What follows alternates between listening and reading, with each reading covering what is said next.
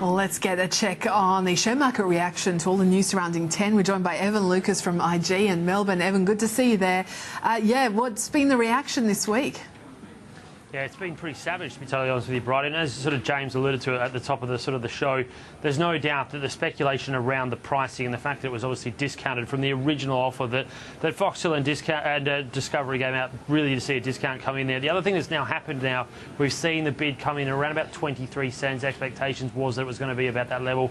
We've seen another 10% drop off in the share price as well. So started the week at 26 cents. We're currently trading at 20 cents. And so it is now over a 20% move in 10, and it doesn't look like slowing down either, considering the two private equity partners out of the US are also offering similar lowball bids. So that's the problem. That's the structural issue that's currently around 10, and the fact that obviously the debt issue is the other part of it. As also James alluded to, we don't think they'll probably actually go with this deal yet. They obviously are weighing it up, but that's all part and parcel of where 10 finds itself and why at the moment the share price is being savaged.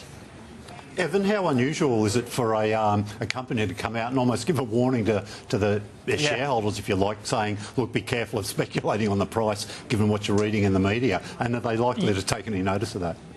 Yeah, it is fairly rare that a company, whether it's media company or across the board on the stock land, that you'd actually see a company saying that. It basically means that the board themselves are very much warning to the idea that we are likely to reject this. And the reason I say that is that most of the players on the board, most of the four larger shareholders would want a better price than this. Now, all of those big four shareholders I just alluded to will make a loss no matter what price they can get out of this. They are not going to get back towards a dollar mark at all. At best, I think you're going to be getting a premium of 30 cents, and I think that is probably, looking what I see and what I look into the market, is probably quite expensive considering the debt, considering the revenue, considering the EPS growth that's on 10. So agreed, it's rare, and that's why they warned the market, because they were alluding to the fact the deal was going to be less than the current share price. All right, Evan, thank you so much for that, as always. Thanks, guys. Evan Lucas there from IG. All right, let's return to our co-host James Manning from Media Week with the rest of the news this week. Of course, we've been focusing a lot on Seven West and Pacific magazines earlier in the show. Bauer Media out with some news as well this week, revealing the sales for its new Homes Plus magazine. Yeah, it's pretty exciting news for them, I guess. 50,000 copies, or more than 50,000 copies an issue they've been selling. Launched pretty much, I think, mid-year. It was almost that they do very well. It's a sector that works well for Bauer, sort of lifestyle houses, things like Bell, House and Garden, Real Living.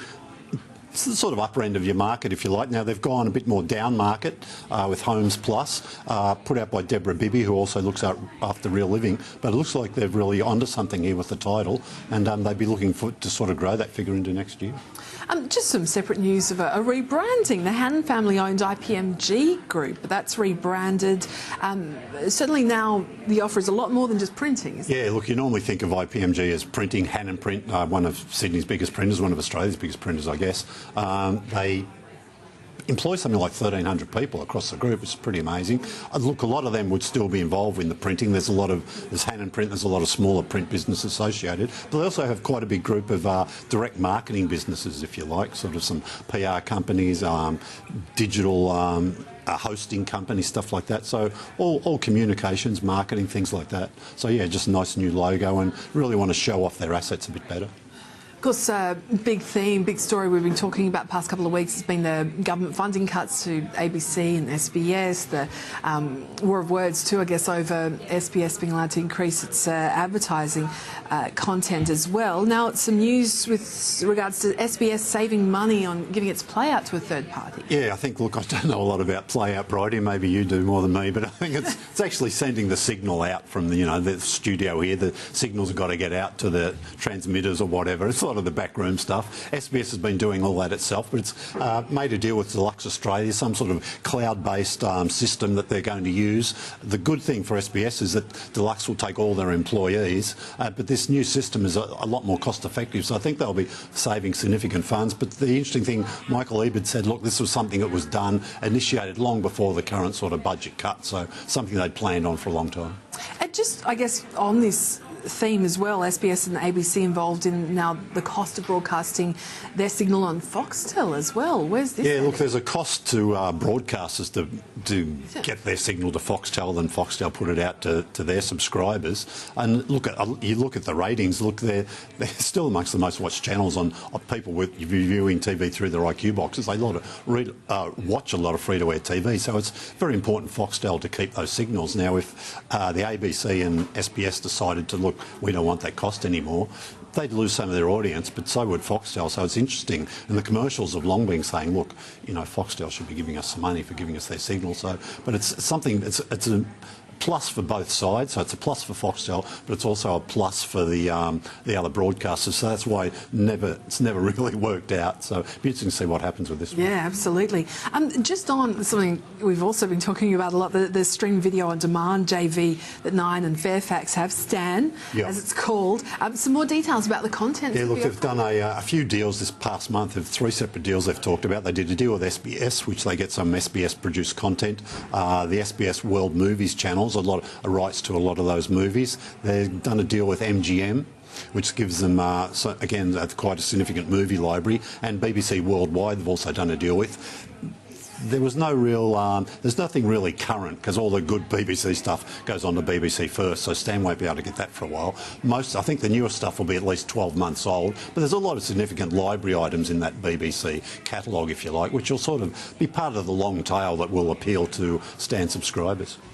The ACTA Awards nominations are out, and it seems like the ABC's dominated. Oh, look, something like 58 nominations. It was incredible. The next highest was 10 with 11 nominations. Foxtel had about 8. So, yeah, ABC really dominated. That program that did the best was The Code, Playmaker Media series. Got something like 10. A lot of other, I think, Please Like Me, the Josh Thomas show, which is on ABC 2. Now, that really needs to go to the main ABC channel next year, you think, for the next season.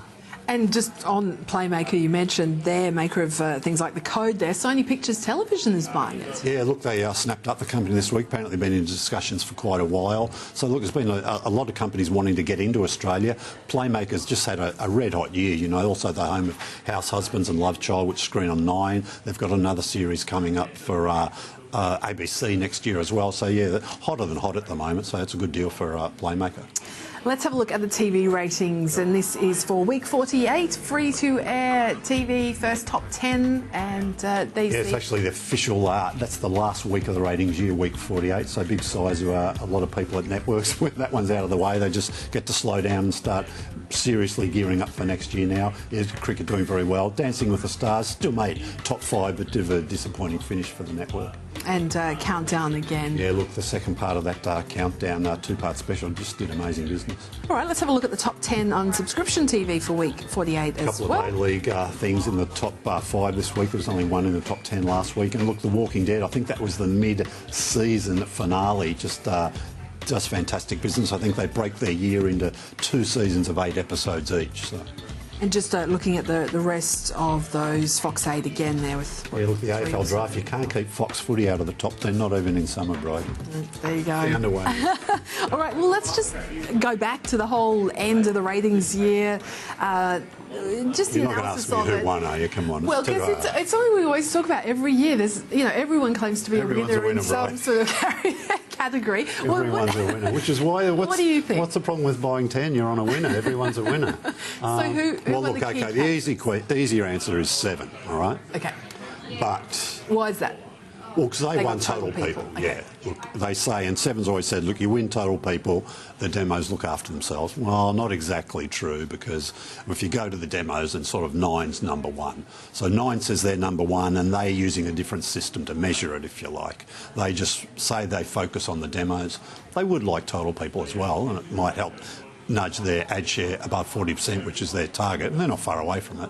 But so, yeah, but then 10 say they're the biggest improver, so they went up the most, if you like, in the key demos, but that's off quite a low base. So, and 10 would agree with that. They'd say, yeah, look, we've still got quite a bit of work to do, but they'd like to tell their advertisers, look, we're getting back on track and we've got a good story to tell you. Everyone's a winner, James. Just finally, I wanted to ask you about the place to call home, because of course we've seen Seven sell that to Foxtel, well, for another series of it, brought it back. Absolutely, another couple of series, I think. Yeah, it does, because look, Seven have announced, look, we've sold it this season to BBC Two, so it's going to screen in the UK. It's going to be on in the US as well. So yeah, look, there's some significant international business, and it really starts to make sense why they did this deal with Foxtel, because they had, look, we can get international interest, and of course the more volume you have in a program, the easier the international sales are. So they're getting money internationally, they're getting money for Foxtel, they're in a good place. James Manning from Media Week, as always, thank you so much for that. And that's all we've got time for on the show this week. Thanks for your company.